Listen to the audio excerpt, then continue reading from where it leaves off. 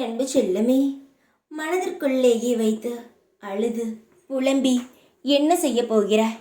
வாழ்க்கையின் நிலையும் தரமும் உயருமா என்று தெரியாமல் உனக்குள்ளே நீ அழுது கொண்டு இருக்கிறாய். யாரை பார்த்தாலும் பயம், ஏதாவது சொல்லிவிடுவார்களோ, நம் வாழ்க்கையை பற்றி கேவலமாக பேசி விடுவார்களோ என்ற குழப்பத்தினாலும் பயத்தினாலும் யாரிடமும் பேசுவது கிடையாது. எல்லா கவலைகளையும் உன் மனதிற்குள்ளேயே பூட்டி வைத்துக்கொண்டு எப்பொழுதும் நரகத்திற்குள் இருப்பது போல் வாழ்ந்து கொண்டு இருக்கிறாய். தங்கமே, வாழ்க்கையில் சந்தோஷங்களை நீதான் உருவாக்கி கொள்ள வேண்டாம். எப்பொழுதும் நீயாகவே ஒன்றை மனதில் ஏற்றிக்கொண்டு அதன்படி கஷ்டப்பட்டால் என்ன செய்ய முடியும்? யார் எல்லோரையும் பார்த்து பயப்படுகிறாய்? எல்லோரும் மனிதர்கள்தான். யாரும் உன் வாழ்க்கையை எதுவும் செய்துவிட முடியாது. இதற்கு முன்பு உன்னுடைய வாழ்க்கையின் நிலை மாறியதற்கு காரணம் முழுமையாக நீதான்.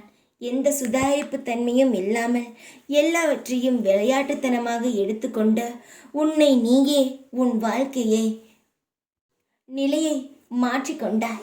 ஆனால் இப்பொழுது நிறைய பாடங்களை நீ புரிந்து கொண்டாய்.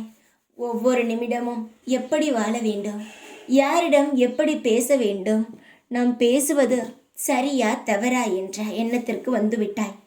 ஒவ்வொரு நிமிஷமும் ஒவ்வொரு மனிதனும் ஒவ்வொரு பாடத்தை கற்பித்து கொண்டுதான் இருக்கிறான். அதனால் அவன் நிறைய விஷயங்களை சுதாரிக்கிறான். நீனும் உன் வாழ்க்கையில் சுதாரித்து இருக்க வேண்டும் என்பதற்காகத்தான் இவ்வளவு கஷ்டங்களையும் நான் உன்னிடம் அனுமதித்தேன். ஏனென்றால் விளையாட்டுத்தனமாகவே இருந்தாய். வாழ்க்கை என்றால் என்னவென்று தெரியாமல் புரியாமல் எல்லாவற்றையும் நம்பிக்கொண்டு இருந்தாய். எல்லாவற்றையும் புரிந்தாய். யார் யார் எப்படி என்ற ஒரு நிலைக்கும் நீ வந்துவிட்டாய். இனி உன்னை யாரும் வீழ்த்த முடியாது. இதுவரை நீ அடிபட்டு மற்றவரிடம் காயப்பட்டு இது எல்லாம் நடந்ததெல்லாம் முடிந்து விட்டது. இனி யாராவது உன்னை வீழ்த்த வந்தார்களானால் உன்னால் புரிந்து கொள்ள முடியும். அவர்களிடமிருந்து விலகி இருக்கவும் முடியும்.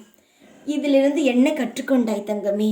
உன் வாழ்க்கையில் ஒரு செயல் நடக்கிறது என்றால் அதற்கு பிறகு மிகப்பெரிய சந்தோஷம் ஒன்று காத்து இருக்கிறது என்றுதான் அர்த்தம். உன் வாழ்க்கையில் சந்தோஷமான நேரத்திற்குள் நீ நுழைந்து விட்டாய். இந்த அம்மனின் கையை நீ இறுக்கமாக பிடித்த பிள்ளை நீ. என் மனதால் எப்பொழுதும் ஆசீர்வாதம் செய்து கொண்டே இருப்பேன். நான் இப்பொழுது சொல்லும் பொழுது எல்லாம் அம்மன் வெறும் பேச்சுக்குத்தான் சொல்வார்கள் என்று தோன்றும். ஆனால் இனி உன் வேலையை நீ செய்து பார். அதற்கான வெற்றியும் அதற்கான மரியாதையும் உனக்கு கிடைக்கிறதா இல்லையா என்ற இந்த நாளிலிருந்து உனக்கான சகல சௌபாக்கியங்களையும் நான் செய்து தருவேன். ஒவ்வொரு நிமிஷமும் நீ சந்தோஷம் படும்படி உன் வாழ்க்கை அமையும். ஏன் எதை நினைத்தும் கண் கலங்க வேண்டாம். மனதிற்குள் எந்த ஒரு குழப்பத்தையும் வைத்திருக்க வேண்டாம். படிப்படியாக எல்லாம் மாறும். தைரியமாக இரு. எப்பொழுதும் உன் கூடவே இருப்பேன்.